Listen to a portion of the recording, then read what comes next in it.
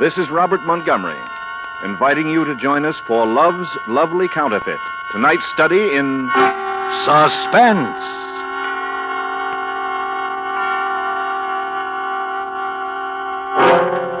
An hour of suspense, a full 60 minutes at this time, and with the distinguished actor-director, Mr. Robert Montgomery, as your host. Tonight, our star, in one of his rare radio appearances, Mr. James Cagney. Our author guest, Mr. James M. Cain. Our story, Mr. Cain's Love's Lovely Counterfeit, a suspense play produced, edited, and directed by William Spear.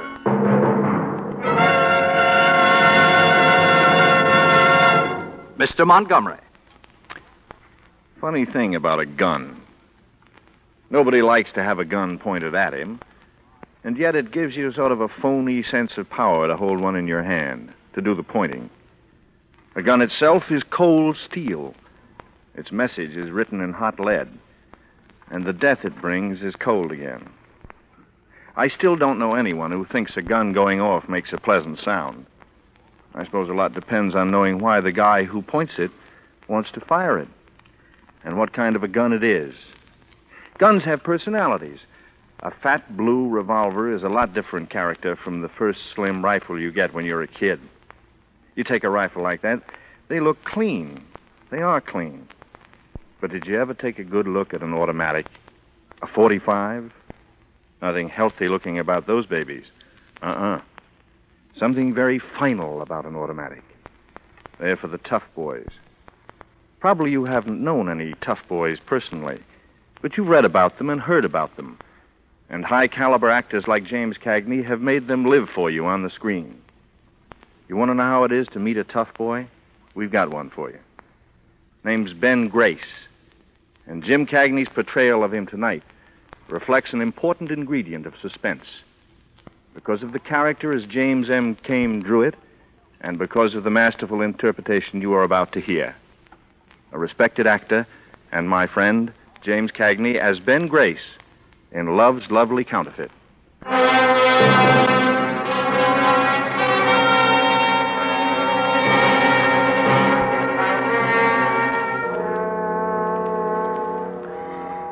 I'm writing this lying in a nice, clean bed with the sunlight coming in the window and nothing to do but look out at the people walking along the streets and the kids playing in the park.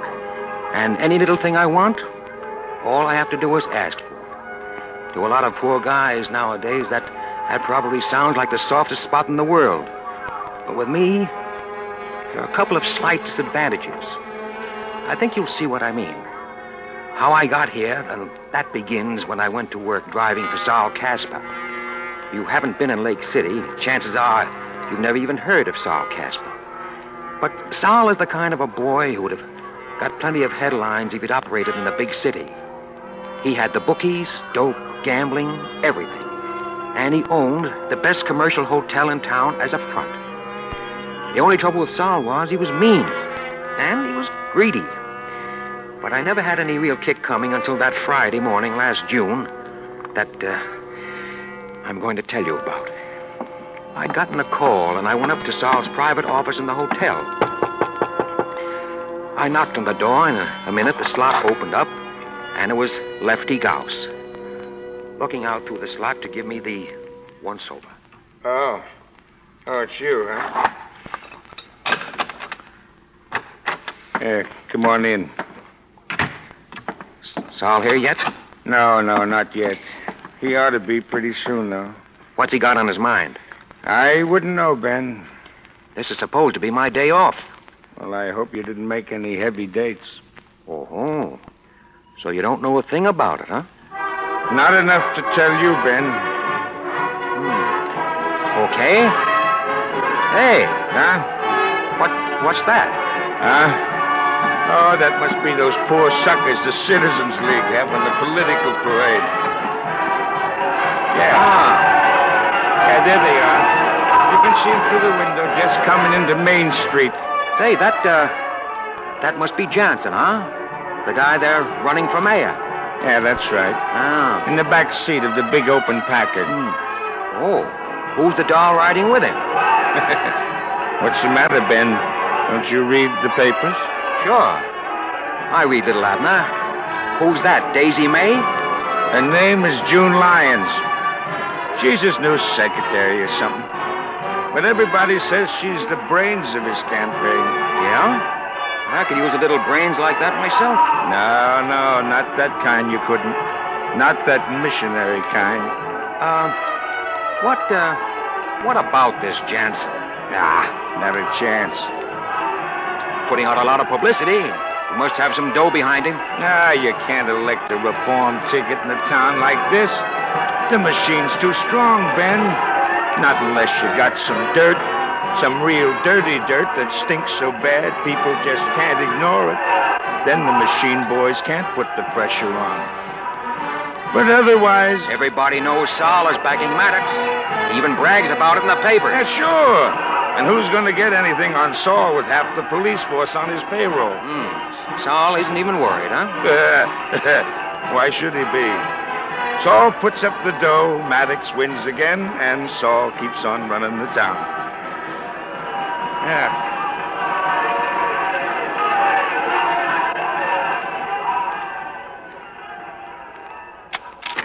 Yeah, that must be Saul now. Hi, Lefty.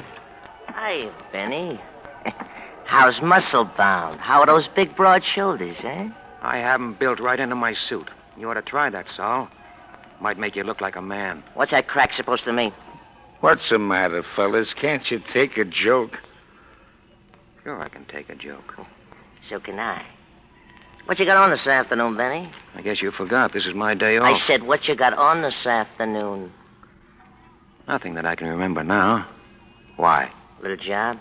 What kind of a job? I got a tip some friends of mine may be in a little trouble. Something about a bank. Why don't you stick to the bookies and the gambling, Sal? You'd be safer. Listen, Benny, anytime you think you're big enough to run this business, just let me know. I'll be glad to work something out for you. What's the job? These kids are gonna crack the castle on First National just after closing time. It's loaded on Fridays. It ought to be a big haul.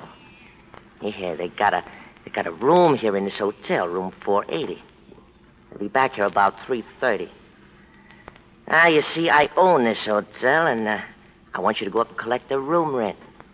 I'm giving them pretty good protection, so I figure it'll come to about 20 grand. Yeah? Well, figure on getting somebody else to collect it. What? I said get somebody else. I don't like guns, and I don't like gonzels, and you know it. Listen, you punk. You think you're a big guy, don't you? A big guy with muscles.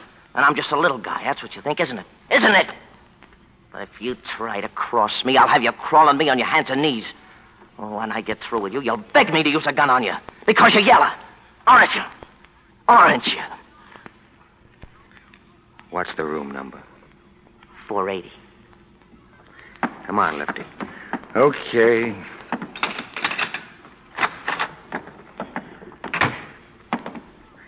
That was lousy. Skip it. You're gonna do it, though, aren't you? Sure. I'll see you up there, 3:15. By the way, what did you say that dame's name was? What dame? That dame with Jansen, that brains of the opposition. You mean June Lyons? Yeah, that's it. Now, wait a minute, Ben, wait a minute. You know that's poison. Why, if Saul even thought you had... You know, Lefty, Miss Lyons interests me in more ways than one.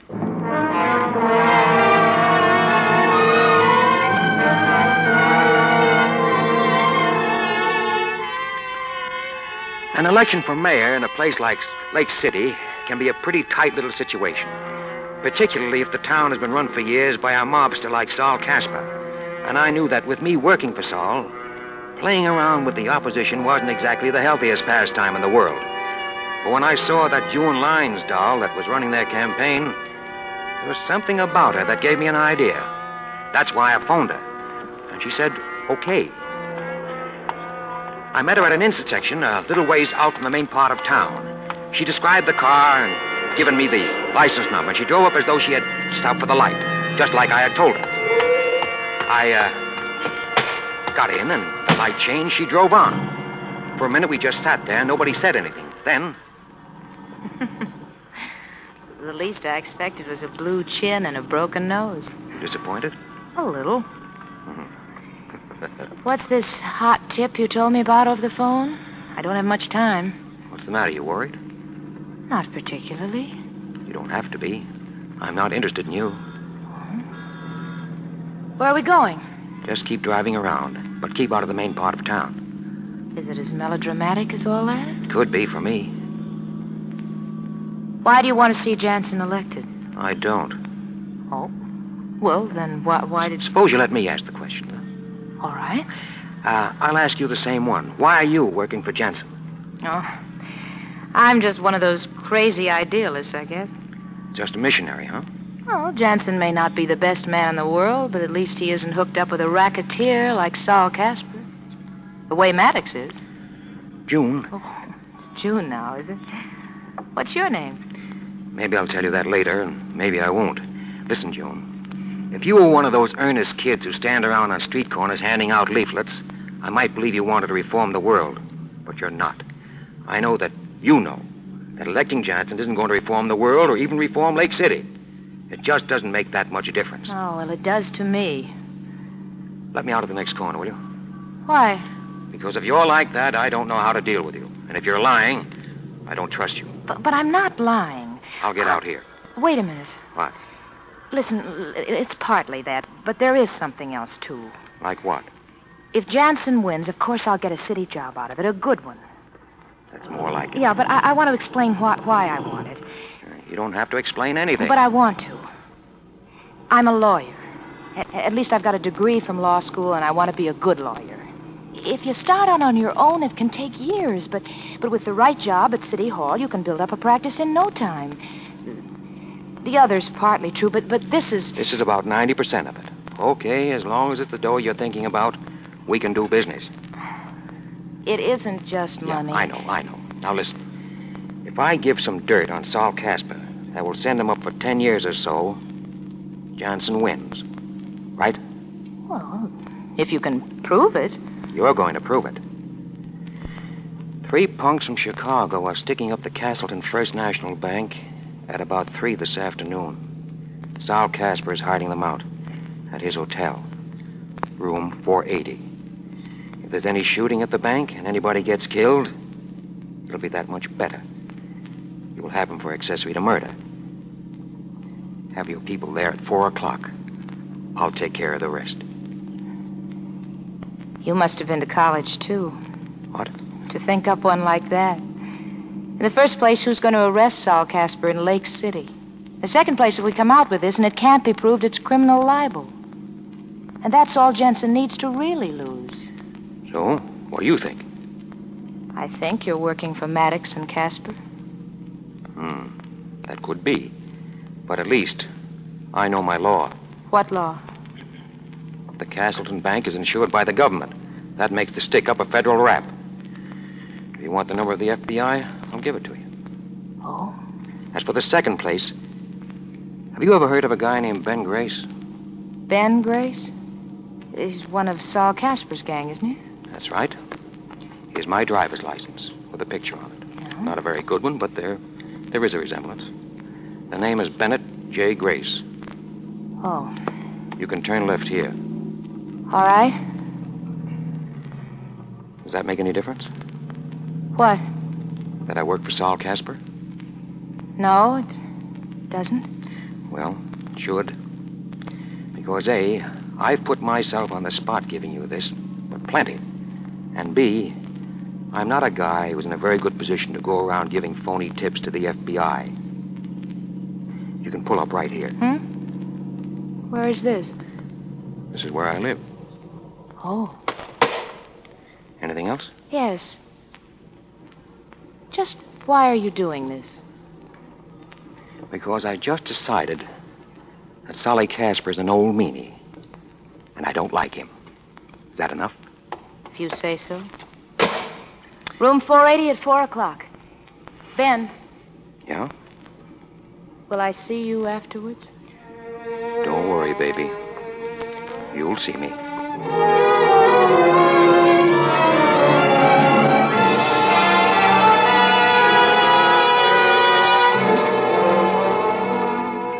I was back at the hotel by 3:15. Things were going pretty good. The one thing I was afraid of, that she'd want to call in the Federals before the stick-up, she never even mentioned. I knew she was my kind the minute she began to talk about the dough. When I got up to room 480, Lefty was already there, lying on the bed, reading the paper. Oh, hello, Ben. How you be? So this is room 480, Looks just like room 481. How are you, Lefty? Oh, okay. Sit down. Want a bottle of beer? No. You didn't take it too hard what Solly said, did you? Can't say I liked it. What time is it? Oh, a couple of minutes 4. Well, it's too bad about you, Ben. What's too bad? The way I got you figured, Ben, you're a chiseler. Then what? That's all. Sounds like there might be more. Not unless you ask for it. Okay. I'm asking for it, Lefty. Well, Ben, a chiseler's like this. He isn't crooked and he isn't straight either. He's just in between. But above all, he doesn't like trouble. Maybe he's just smart. I don't say he isn't. Oh, he'll always make pretty good dough, and he'll die in a nice clean bed with a doctor's certificate instead of a coroner's. But he'll never be a big operator. No? No. A big operator, he runs it or he doesn't operate. And that means he doesn't mind a little trouble once in a while. I guess that's right. And that's too bad, Ben, 'cause you got brains. Now, me, well, I'm different. How's that? 'Cause I don't mind the trouble, but I don't have the brains. Oh, I wouldn't. Who told you that? I know. 10 years in stir off and on didn't help any. And I didn't have much to begin with. Did I ever tell you how I started, Ben? No. Ben, I was a preacher. A what? Do you expect me to... Yes, a preacher, so help me I was. By rights, I still am. Look, here, I got the license right here in my wallet. Yeah, it was one of those hillbilly outfits. And the bishop, as he called himself, he was so far away from where I was that he never even heard about me, I guess. Anyway, he never canceled the license. The Reverend Richard Jose Gauss. That's one for the books, Lefty. Yeah, I was just a kid. But I got hooked up with one of those big-time evangelists. And if I stuck with it, I could have hit the big time myself. And there's plenty of dough in that racket. But you know what I did? First time we really make a big take, I tie a handkerchief over my face and get me a rod and stick up the cash box. And they caught me. Yeah, that's how I know I haven't got the brains. I wouldn't let it worry you, Lefty. That's not what's worrying me now, Ben. What is? What is? What's going to be happening in here in a couple of minutes. You ever sat in on a divvy before, Ben? No. And I wouldn't be now, except for the manpower shortage. These are 3 wild kids, Ben. Chances are they'll be coked to the ears and slobbering at the mouth with being half scared to death and half crazy with excitement, thinking how much dough they got and what big-shot public enemies they are. And we, you and I, we got to walk up and take 20 grand away from them. All right, they know that. Yeah, knowing it's one thing, kicking in with it's another. And suppose Solly's double-crossed us. How? Suppose he didn't tell the kids how much his cut was. Suppose he left it for us to break the news. They just come from maybe killing a couple of people for 40 grand. Maybe they just as soon kill a couple of more to keep the 20. Maybe. So now we're going to find out. Come on, Marty. Get him in here. Sure, okay. Johnny, don't leave me, will you, Johnny? All right, get him over to the... Who are you? I'm the man that collects the room rent. Yeah? Stick him up. Frisk him, Marty. Okay, Johnny. I don't need a rod to handle punks like you. This guy's clean, Johnny. Yeah, what about the other one? He's with me and he's got a gun. And don't try to take it away from him because it's an old family heirloom. And he's very fond of it. Yeah? Oh, yeah? Okay, stop acting like something you've seen in the movies and put that cannon away. You might drop it and break somebody's foot. What's the matter with your pal here? He got shot. Anybody else? No, the guard shot him when we were pulling out. Better get him over on the bed. Johnny, we're going too fast, Johnny. We're going too fast. He's out of his head. Yeah. Did you get the dough? Did we get the dough? Look at this, wise guy. 40 grand, maybe more. Look at it. Touch it. Taste it. Smell it. What about it, sucker? Did you ever see so much dough before in your life? Sure. I work in the mint. Do you know how much this room is costing you? How much? 20 grand. 20 grand. That's right. I'll be back after a while to collect it. What are you going to do with your pal there with the holes in him? I don't know. Johnny. You know that's bad, don't you? Why? The kid's out of his head already. Suppose he makes trouble, starts screaming or something. Well, you got doctors, haven't you? Sure. But that kind of a doctor, that's one more guy that'll have to get a cut. Pretty soon you guys won't have anything left but small change. Yeah, that's what you think. But of course, maybe the kid'll die. Yeah? And then what do we do? That's even worse. Johnny. Oh, no. That'd be easy. Then we just take him out of here at night and dump him someplace. Oh. And if the kid was to die, that would be one less guy who had to get a cut. Wouldn't it? Huh? Yeah. Well, come on, Lefty. Okay. We'll be seeing you. Yeah. I hope you know what you're doing, Ben. I don't know. What do you think? I think so. Come on, I got the room next door. You know you're just as good as signing that kid's death warrant, don't you? That's right. The other two will knock him off now before we got time to get the... Johnny. Listen. Johnny, no! They did it. Yeah. Maybe we better call Sal, huh? I hope you know what you're doing. Order, please.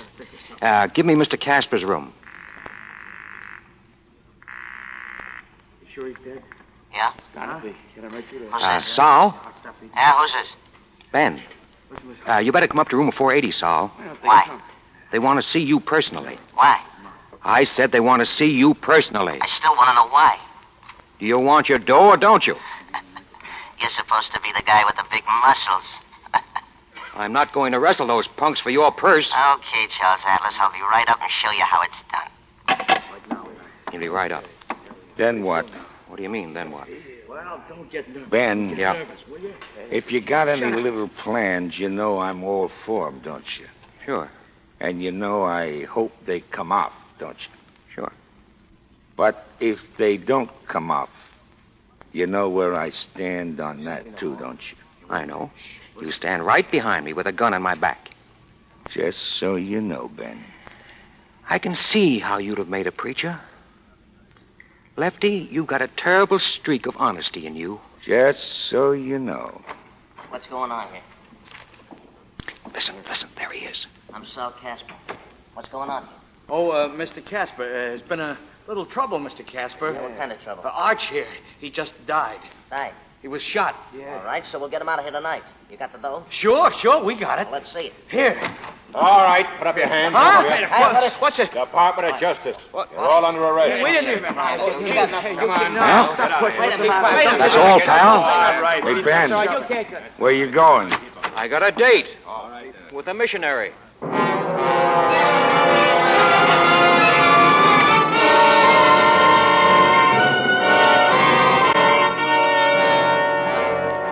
In tonight's full hour of suspense, James Cagney is our star. Mr. Cagney appears as Ben Grace, with Kathy Lewis as June Lyons and Wally Mayer as Lefty Gauss, in William Spears' production of Love's Lovely Counterfeit, tonight's study in suspense.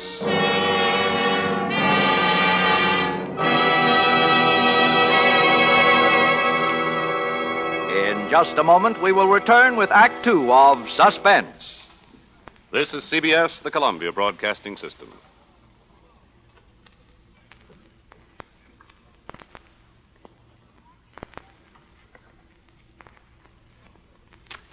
This is Robert Montgomery again. When such incompatible words as lovely and counterfeit found themselves together in the title of tonight's story by James Cain, they said a lot, not only about the story, but about the man, Ben Grace, as well. Elements of both words crowded through him. On the one side, for example, was his dislike for meanness and greed, and on the other side, something forged, fictitious, false. That was a smooth operation he pulled, and he was going to get even smoother as he went along. But it never got Ben Grace anything but trouble. Because the smoother he got, the further he got away from the true Ben Grace. A real lost guy trying to find North. And maybe for him, June Lyons could be North. But Ben wouldn't stop long enough to take a reading. As James Cain described them in the novel, whatever it was June needed in life, Ben had it for her. And when she was with him and she acted with that complete abandon of a novice having her first drink, constantly he watched her. He studied her. As though he were trying to make up his mind about something, or to figure out something into which she definitely fitted. And then he began to really look at her. It was the first time he had really studied this girl who had started such a chain of circumstances in his life, and he looked with lively interest. It was all the more lively since he was unable to connect this face with all that he had learned about its owner. It was, in anybody's contest, an extremely beautiful face. It was perfectly chiseled, in profile at least. Its slightly droopy lines reminding him of pictures he had seen of ancient sculpture. There was some exquisite invitation about the mouth. It pursed a little with an expression of expectancy. The skin was soft, with just a brush of bloom on it. The figure was lovely, too. Not too tall, but slender, soft, and willowy. He had the dizzy, half-nauseated feeling of a man who has been rocked to his heels by a woman, and knows it. And so continues the history of Ben Grace in James M. Cain's Love's Lovely Counterfeit, played out for us by James Cagney in a narrative well calculated to keep you in suspense.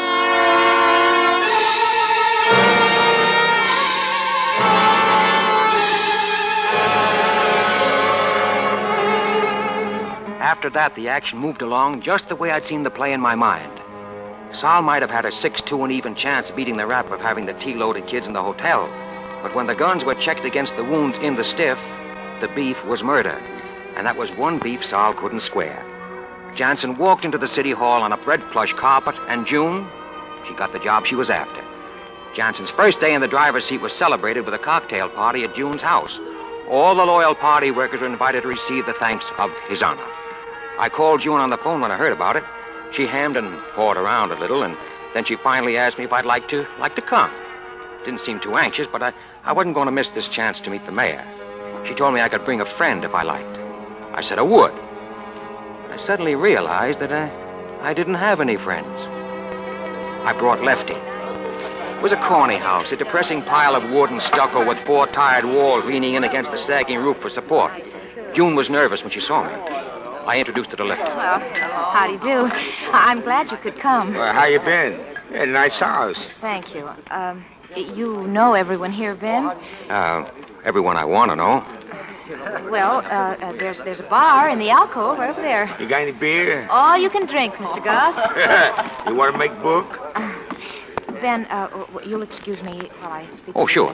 You just go right ahead and host us like crazy. I'll just drift around. Thank you, Ben. I'll see you later. Class, Ben. Real class. Educated, too. That she is, Lefty. That she is. Well, how about the suds, Benny? Then we'll go pay our respects to His Honor. How do you do? I'm Mrs. Lyons, June's aunt.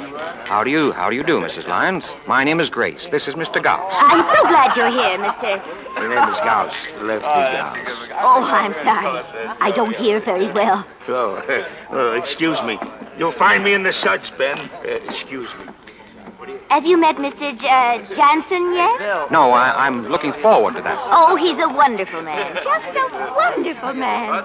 Nice and settled and with a wonderful future. Don't you think so? I think I'll be able to tell more about his future after I've talked to him. Exactly. My very words to June. I can see things like that. I beg your pardon? Then you agree with me? Oh, of course you do. You look like a very intelligent young man. Mrs. Lyons, you don't make much sense. Exactly what I've been telling Junie.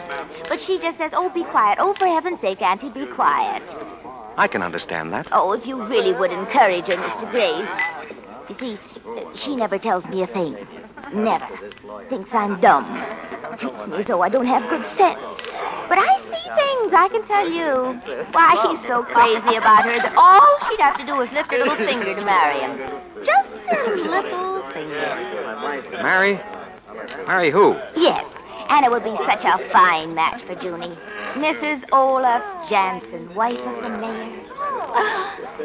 Oh, goodness, I get dizzy when I just think of it. Yeah. And I know what you mean there, too. Oh, Mr. Mayor, Mr. Jansen. Well, how are you, Mrs. Lyons? Mr. Jansen, this is Mr. The name is Grace. Ben Grace. Ben Grace, eh? That's right, Your Honor.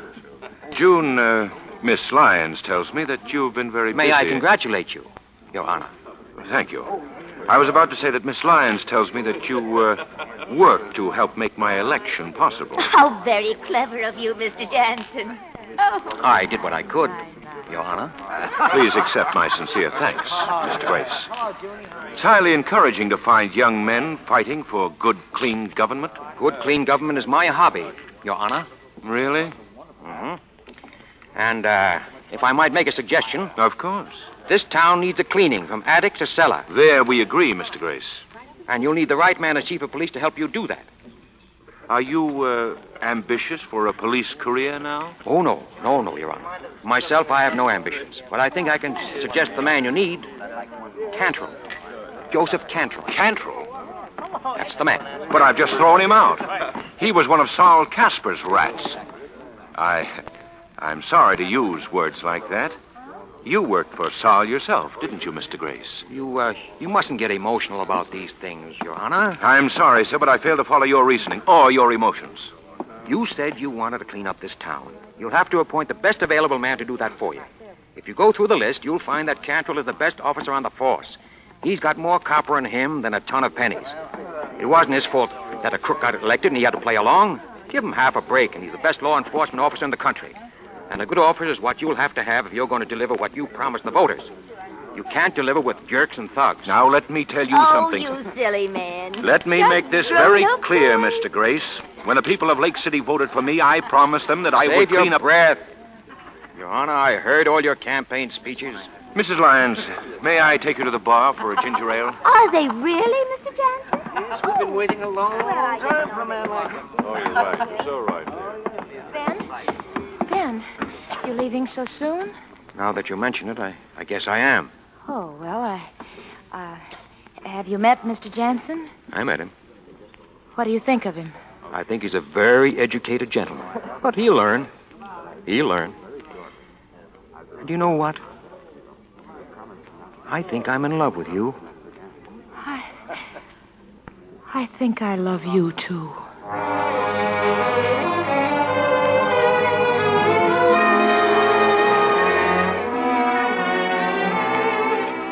For the next couple of weeks while Casper was waiting trial, I let everything coast. Everything, that is, but June.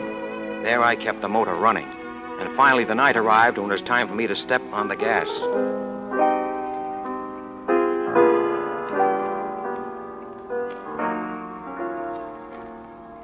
Pretty. Very pretty. My secret vice. The piano And? you. Less keys to punch on me. Less keys, but more music. Junie, Uh-huh.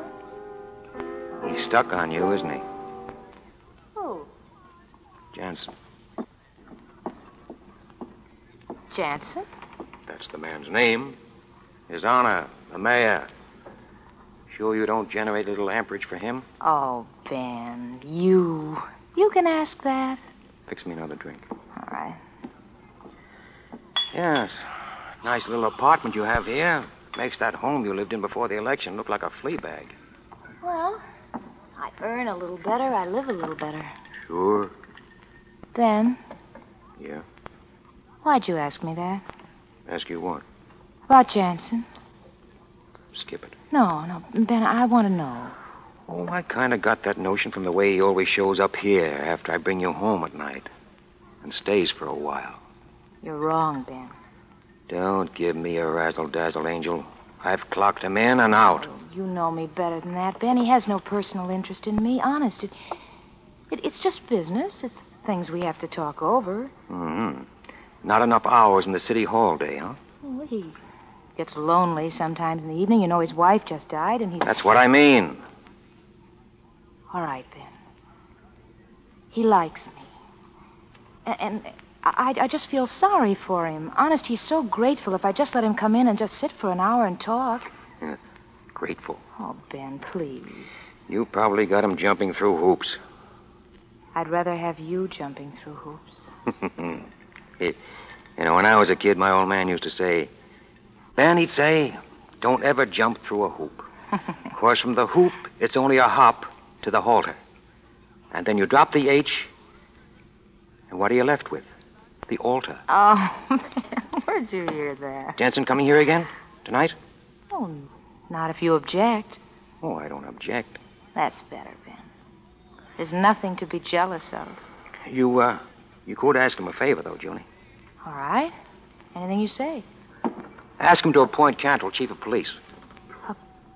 Appoint Whom did you say? You heard me. Ben, what on earth are you talking about? Cantrell. But he's a crook. Well, he was hand in glove with Saul Casper. How could Jansen appoint Cantrell? It'd make a laughing stock of the whole campaign. Oh, Ben, he can't appoint Cantrell. Okay. Ben? Ben, where are you going? Home. To bed. I gotta make an early train in the morning. Train? Where to? New York. You're going away, Ben. Guy's gotta think about his future. Nothing for me in this town. That's the way you played it. Get rid of Saul Casper. And go after me. And then when you found out that Jansen's in love with me, you thought you had him. That through me you could make him do whatever you want. Get Cantrell made the chief, and then you can run this town just the way Casper did. Well, you won't. No. Goodbye, Angel. Don't forget to dust in the corners, lock your door at night, and peek under the bed. Ben? Yes? Ben. Close the door, Ben. From the inside.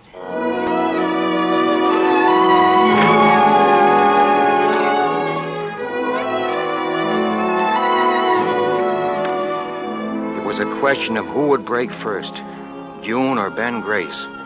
And she broke maybe seconds before I would have turned back to her with all my hard-boiled, off-the-arm toughness melted away in little pools at her feet.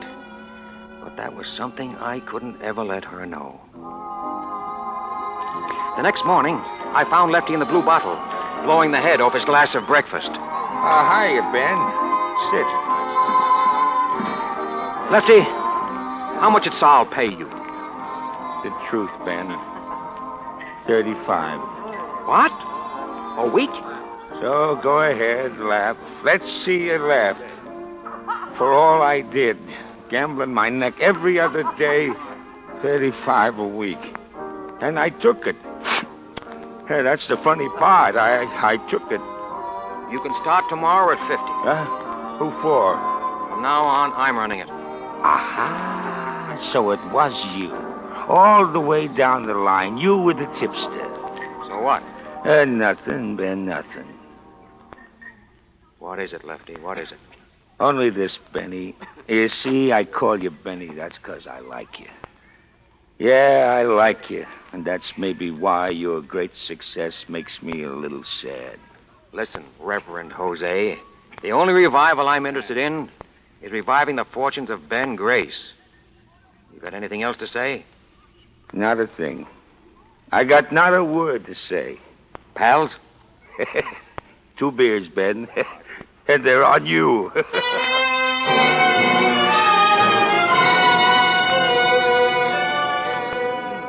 So I took over where Saul Casper dropped out. We moved things around a little to make it look respectable, but the bookies and the gambling joints and so on kept right on in business. And I collected. Wasn't hay. Things were fine, just fine. My evenings were filled with June, and my days with putting the automatic pump on the town. Like the day I finally got around to the office of Bleecker and Yates. the lawyers. Oliver Bleeker had been elected district attorney along with Jansen, so it was Mr. Yates, the junior partner, that I wanted to see. And what do you want with me? You know anything about pinball, Mr. Yates? Why, I've played the machines once in a while, I guess. Oh, I mean the hookup. Well, not exactly. You reform guys. You don't know much, do you? Is it important? Listen closely, Mr. Yates, because I'm only going around once.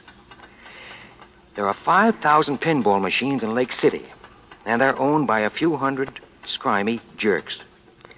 You know what those machines take in a month? More than $100,000.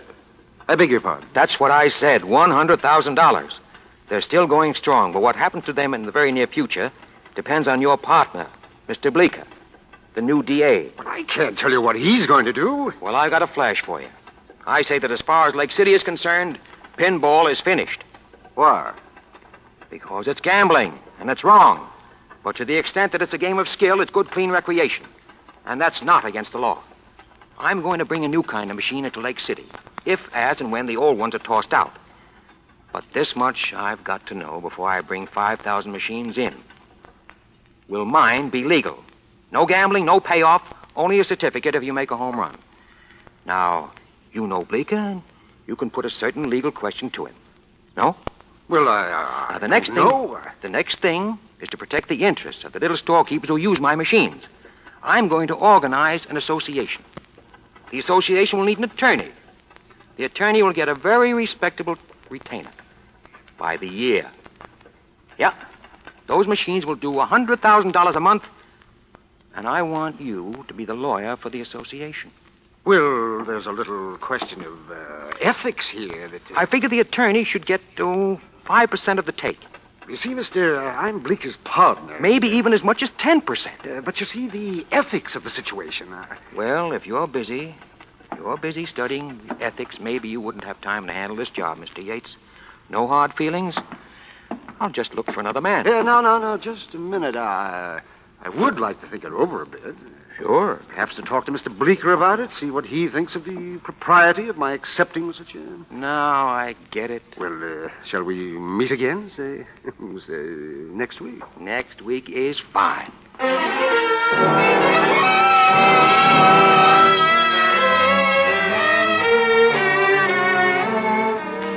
And next week was fine. Joey Cantrell was appointed chief of police. The DA listened to the legal advice of his partner, Mr. Yates, and decided it was for the good of the community to yank all those horrid, nasty pinball machines and save the citizens from the temptations of gambling. Chief Cantrell's first official job was to supervise the smashing of the machines which had been condemned. I went around to see how he was getting on before he could smash too many. Okay, drive that load around the other side. We're up the hips of pinball machines here. Okay, Chief. Come on, you monkeys. Lay those hammers into those machines. And don't forget, if any nickels roll out, they belong to the city. Okay. May I have a word with you, Chief Cantrell? Huh? Oh, well. What's new, Ben? Say, tell him to hold up a minute, will you? Huh? Tell him. Oh, yeah. Hey, you guys, quit it, will you? Hold up there, will you? There's too much noise. Come on, hold up the condemnation of those machines a minute. Okay. Joe, you ever been abroad? No. Neither have I. But I have been to Mexico. Mexico? South of the Rio Grande. Juarez, across the river from El Paso. Well, when I came back, I thought I'd bring in some perfume. Yeah. So what? So, this. On some of that perfume, they got a rule that the customs officer has to destroy the label before it's brought in. You got that? Still listening. You know how he destroyed it? No, but I'm dying to hear. He drew a blue pencil across it. He made one blue mark, and that legally destroyed it. The man put a blue pencil right through it. If one blue mark will destroy a label, why won't it destroy a pinball machine? Oh. Say, you sure do think of things, don't you? I do my best. You mean destroy it legally? Legally. You got a blue pencil? I could try. I just happen to have one with me. Then we'll see. Look at that. I just destroyed it. See? Now, another thing, Joe. Yeah? You'll want those trucks again, huh? To haul the destroyed machines over to the reservoir street dump? Well, I guess they got to be put someplace. All right. I'll have them here tonight. Funny how a blue pencil ruins stuff, isn't it? Oh, and another thing. Yeah, just one? Sign those vouchers. For what? For the trucks. The trucks I furnished the city yesterday to haul these various gambling devices from various and sundry addresses here to the 9th Street Police Warehouse. $3,000 in all. Hey, slow up, boy, slow up. Costs money to clean up a town, Joe. Okay, but don't run a good thing to death. It's the people's will. Huh? You forgot that mandate to cleanliness. Sign.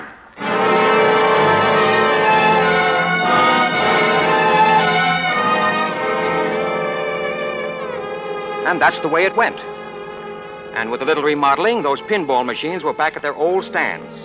But now they were working for Ben Grace. Yep. Whatever I touched turned green, with pictures of presidents on it. Things were going so good, I started to worry. But I knew that the real worry was going to be June. I knew she was going to spring it on me sooner or later, and it was. It was last night when I was out at her new place that she decided to get it off her chest. Ben. Yeah? Ben, I want to talk to you. What about? Don't you know? Yeah, I guess maybe I do. We can't go on like this, Ben. It isn't right. It isn't fair to Jansen. It isn't fair to me. What's so unfair about it? Oh, Ben, you know what's unfair about it. Mr. Jansen promised the people of Lake City that if he got elected, he'd clean up the town. Huh? All right. Why doesn't he do it? He's had 6 months. Because he doesn't even know what's going on. Great. Then what's the beef? I know what's going on. The horse racing places, the gambling places, all the other places are just as open as they ever were. Mm-hmm.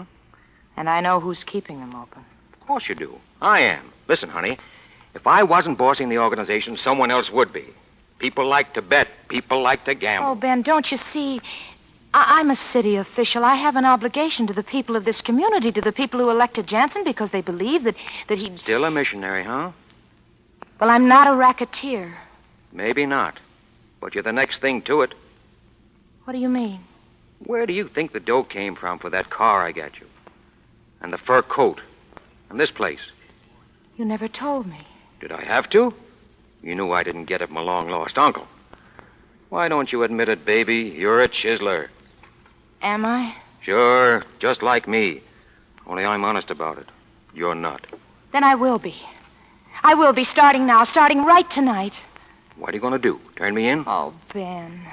Maybe your big mistake was falling in love with me, baby. Now, there isn't much you can do about it, is there? Oh, Ben, quit it. Get out of it, please. For my sake, just because I don't like it. Just because I hate it. Maybe I don't like it either. It's all I know how to do. Ben, what was... Hiya, Benny. So, Surprise? kind of. Did you break out? Yeah. Yeah, just to see you, Benny. Put up your hands. You know I never carry a rod. Yeah, maybe you sort of wish you did now, huh? Muscles? Not that you have a chance to use it. What are you going to do? I'm going to kill your boyfriend, sweetheart. No. When I've done that, I think I'll think of something real nice to do to you. Ben? You sit right there where you are, sweetheart. Benny, you start backing up to that door slow. It's a bathroom, isn't it? Yeah. Yeah. I think I'll kill you in the bathtub, Benny. That way it'll be nice and quiet, and there won't be so much mess. Now reach behind you real careful and open the door. And when I tell you to start backing in, you back in. All right. Start backing.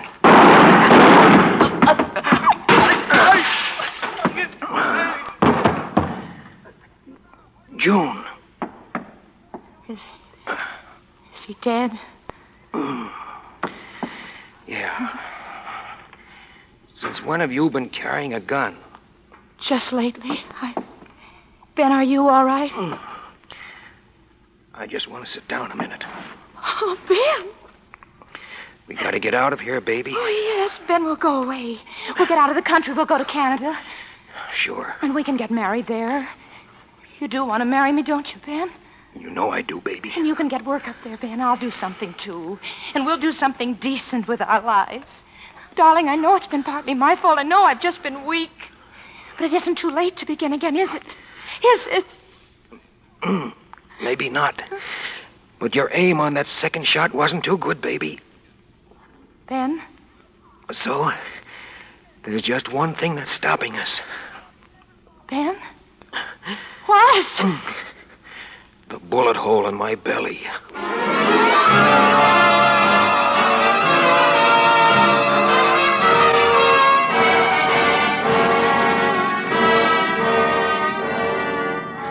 So that's how I came to wake up in this nice, clean bed with nothing to do but look out the window at the kids playing in the park. It's a hospital. And there was a big cop here with me, with his chair tilted up against the wall, reading the paper. Hey, Flatfoot. Why, hello, Big Shot. You've been in the land of Nod, haven't you? What are you doing here? Reading the funny papers? Can't you tell? Why can't you read them at home? Because there's been a little thing that we policemen call murder, Big Shot. And you're what we call a material witness. Where's June? June Lyons. She's in a nice, cozy cell, Big Shot. When she comes to trial, your statement will probably send her up for 5 or 10 years to another nice, cozy cell.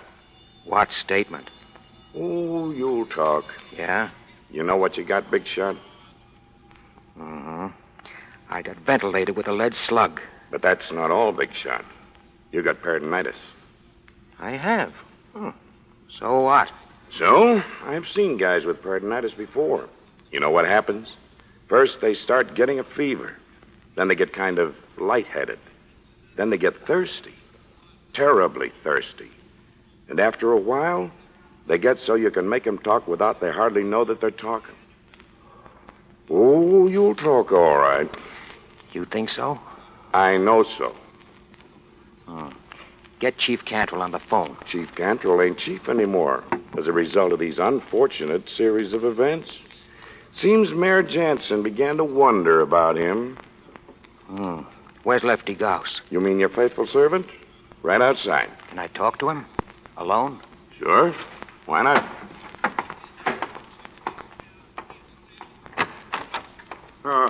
How is he, nurse? It's hard to say yet. Hey, Putty Nose, your boss wants to see you. Thanks. You funny fella. Hiya, Benny. How you feeling? Not too good. Well, it just goes to show you, don't it? They're all alike. Who are all alike? These big shots. They make a lot of dough for a while and then bingo. What good's it done 'em? He seems like a nice man, though. Who, Ben? Sure, he's nice enough, I guess. I got nothing against him. I just say it's a sucker's racket, that's all. Me, I want to live to be a grandfather. Oh, a grandfather. You got to start by being a father, you know. I know. My daddy told me all about that just the other day. Well, I'm going back in. Have you got it all, Lefty? Hello, Flatfoot. What do you have now, Big Shot? You say the DA wants me to talk, huh? Maybe he was just pretending. Well, suppose I had some conditions. Like what? Oh, like I only talk in the apartment where it happened. June Lyons' apartment, and June Lyons has got to be there. And Lefty here, too, to back up some things that I might say. That might be arranged? Fine. Now, you think the DA might forget a couple of those little things he's been holding against me if I talk? That'd be the general idea. All right. You can close the door as you go out, and tell the DA to be around in about an hour. I'll talk.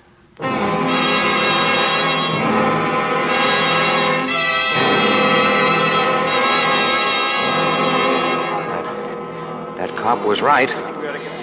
I'm beginning to feel a little wacky already. But the DA said he'd do it. They're going to take me out there in an ambulance tonight. If June only catches on. But she's smart. She's a lawyer. This may be the last chance I'll have to write. But don't worry. Whichever way it comes out, you can read all about it in the papers. Well, now, all I'm saying is that I won't be responsible. Dragging a man in his condition way out here in an ambulance, lugging him up 3 flights of stairs on a stretcher. Doc, that's the way he wanted, and that's the way it's going to be now. All right. Everybody here? Miss Lyons? Yes. Lefty Gauss? Yes. All right. How is he, Doctor? I've already told you, but he can talk. Not worrying about me, Mr. DA. You're breaking my heart. Are you ready to start, Ben? Yes. I'm ready. Do you, Ben, take this woman, June, to be thy lawful wedded wife, to love and to cherish, for better, for worse, till death do you part? I do. Hey, what do you... Do you, June, take this man, Ben, to be thy lawful wedded husband, to love and to cherish, for better, for worse, till death do you part? I do. I pronounce... No, you don't. Oh, yes, I do. I'm a licensed preacher, and this apartment is outside the city jurisdiction. It's in the county. And this marriage license was taken out at the county courthouse 1 minute before they closed today. And when I sign it, brother, it's legal. I pronounce you man and wife. I suppose you've heard that a man can't testify against his wife, Mr. D.A. Yeah, I know. By the way, do you mind if I kiss the bride? Go ahead. Ben. Oh, Ben, honey. That was the finest thing. Shh. That was nice. Oh, Ben. Your face is so hot. Yeah. I thought maybe I was going to make it, baby. But I guess I'm not. Ben. Ben. Doctor, quick. Doctor, quick. So long, missionary. Mrs. Missionary. Ben. No. Ben. No. Lord, we pray thee to receive the spirit of our dearly departed and to forgive him his trespasses as we forgive those who trespass against us.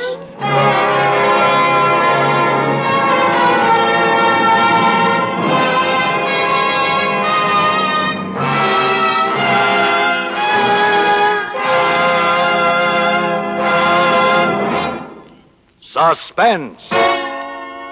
Mr. Montgomery. I'm sure you'll agree with me when I say that it has been completely wonderful to hear a performance like the one we've just heard. I say like the one we've just heard, but that's a futile phrase, because there's no one like Jim Cagney.